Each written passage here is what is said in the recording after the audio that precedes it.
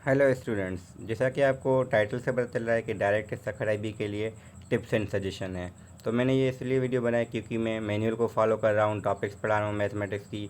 मगर ये हो कि अगर स्टूडेंट फिर गलतियाँ कुछ और करके आए मगर उनको आता भी हो तो फिर वो ठीक नहीं रहता। इस वजह से मैंने सोचा कि क्यों ना मैं इस पर भी एक वीडियो बना दूँ, क्योंकि स्टूडेंट को जो कन्फ्यूजन हो या कोई मिस्टेक ना हो जाए उनसे, ताकि स्कोर उनका किसी गलती की वजह से ना चला जाए, क्योंकि उनको चीज़ें आती भी हैं फिर भी उनसे गलतियां हो जाती हैं। इस वजह से अगर शुरू में देखें तो हमारे पास ये आपको स्लिप जब मिलेगी, स्लिप में ऐसी चीज़ें मेंशन होती हैं कि आपके पास वो स्लिप जिनको मिल चुकी है उनको तो पता है, जिनको नहीं मिली तो वो ये इंपॉर्टेंट इंस्ट्रक्शन पढ़ लें एक बार।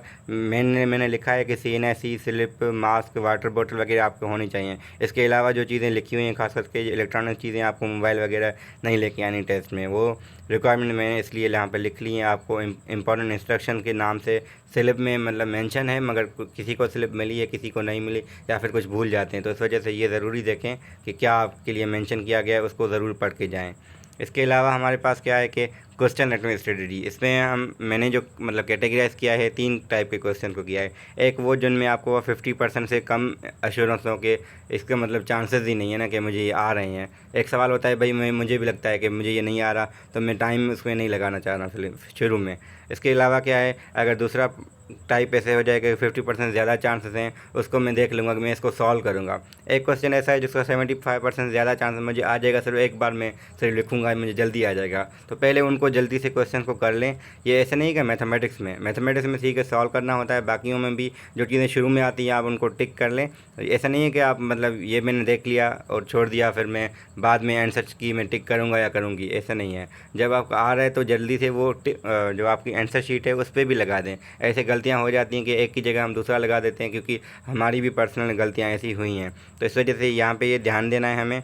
और इसके अलावा क्या है, आप 75% हमने कह दिया। अब जो 50% से ज़्यादा चांसेस हैं, अगर खास करके मैथमेटिक्स के क्वेश्चन हैं या फिजिक्स वाले स्टूडेंट हैं उनके लिए भी, तो वो बाद में उस पर आएँ। ऐसा नहीं है कि हम पोर्शन में, क्योंकि हर पोर्शन का टाइम मिलता है हमें ना। शुरू में हम 10 क्वेश्चन ऐसे होंगे जो जल्दी 75% से ज़्यादा वाले होंगे, ठीक है। उससे तो 5 क्वेश्चन ऐसे होंगे जो 50% से कम वाले होंगे, 50% से ज़्यादा वाले होंगे। हाँ, वो ज़्यादा होंगे आपके पास, मतलब 50% से मतलब 3-4 होंगे जो आप 50% कम है जो आप छोड़ सकते हैं। ऐसा नहीं कि होंगे नहीं, बाकियों से हो सकते हैं मगर शायद आपसे ना हो, क्योंकि वो आपने या पढ़ा नहीं होगा या आपको वो क्लिक नहीं किया माइंड में। तो ये डिपेंड करता है हर किसी की, हर स्टूडेंट की, एक तो प्रैक्टिस पे, एक होता है कि वो टॉपिक उसने देखी नहीं या फिर उसको उस टाइम समझ नहीं आया। तो इसलिए कैटेगरी अगर करेंगे आपको आसानी होगी। फिर आपके पास क्या है कि टाइम मैनेजमेंट, तो ये ज़्यादा है, ये मैंने इसलिए लिखा है पोर्शन वाइज। तो हर पोर्शन के लिए आपको टाइम मिलता है, तो हर टाइम में देखेंगे। अगर 35 क्वेश्चन मैथ के हैं तो 35 मिनट्स आपको मिले हैं,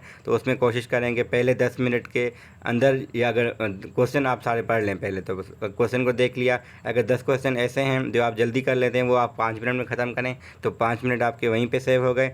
बाकी वो जो 5 मिनट हैं वो आप उन पे लगाएं जिनको टाइम लगेगा सॉल्व करने में, आपको लग रहा है, जिसमें मैंने कहा था कि 50% से ज़्यादा चांसेस हों। और जो 50 से कम है उनको छोड़ना बेहतर होता है। क्यों? अगर हम अटेम्प्ट कर रहे हैं खामखा वो 1 मार्क जाएगी। हाँ, अगर ऐसे है कि 40 के करीब है, तो आप 4 ऐसे क्वेश्चन अगर आए हैं, तो इसका सिंपल एग्जाम्पल, अगर 4 आपने अटेम्प्ट किए, 4 में से 2 सही हो गए, तो आपको 2 मार्क्स, 8 तो मिल गई, 2 क्योंकि है एक क्वेश्चन की 4 मार्क्स हैं, 8 आपको मिल जाएंगी। बाकी 2 माइनस होके 6 आपको फिर भी पॉजिटिव रहेंगी। वो तब जब आपको लगे कि हाँ, मैंने ये 4 जो अटेम्प्ट कर रहा हूँ या कर रही हूँ, इसमें ये चीज़ें हो सकती हैं। अगर आपको पता है ये 4 मैं अटेम्प्ट करूँगी या करूँगा तो ये होंगे ही गलत, तो इससे अच्छा है उनको अटेम्प्ट ही ना करें, तो इसलिए उनको ब्लैंक छोड़ें। अब हमने क्रेश मैनुअल जो क्रेश सॉरी प्रोग्राम था, उसमें हमने जो टेस्ट दी थी उसमें स्टूडेंट बहुत ने ब्लैंक छोड़े थे। ऐसे नहीं है कि सिर्फ छोड़ना है, एक दफ़ा देखना है कि ये छोड़ने के लायक है भी या नहीं है, तो ये भी ज़रूरी है। ऐसा नहीं है कि हम बस अभी नहीं आ रहा तो छोड़ दें, ये बेहतर है। कुछ स्टूडेंट को ये भी है कि भाई इतने हमें क्वेश्चन मिनिमम कर लेना, ऐसा नहीं है। ये गलती नहीं करें, कोई नहीं करे, मैं तो सबके लिए कहूँगा मोस्टली। वो तो जो स्पेशली BBA या कंप्यूटर साइंस में अप्लाई करें। क्यों? क्योंकि वहाँ पे कंपटीशन ज़्यादा है। यहाँ पे तो क्रेश स्टूडेंट थोड़े थे, 130 के अराउंड थे, वो तो 1000 में स्टूडेंट आ रहे हैं, तो वो डिपार्टमेंट वाइज कट लगेगा। तो कट में भी 4 कैटेगरीज थी, तो पहली कैटेगरीज क्यों होती हैं कट में, इसलिए क्योंकि डिपेंड करता है डिपार्टमेंट आपने कौन सा चूज़ किया। अगर डिपार्टमेंट ऐसा है तो वहाँ पे लास्ट सीट जो है वो ज़्यादा जा सकती है, यानी किसी के 50 क्वेश्चन, मतलब 40 में से 40 सही हों या फिर 40 में से 35, डिपेंड करता है डिपार्टमेंट के हिसाब से।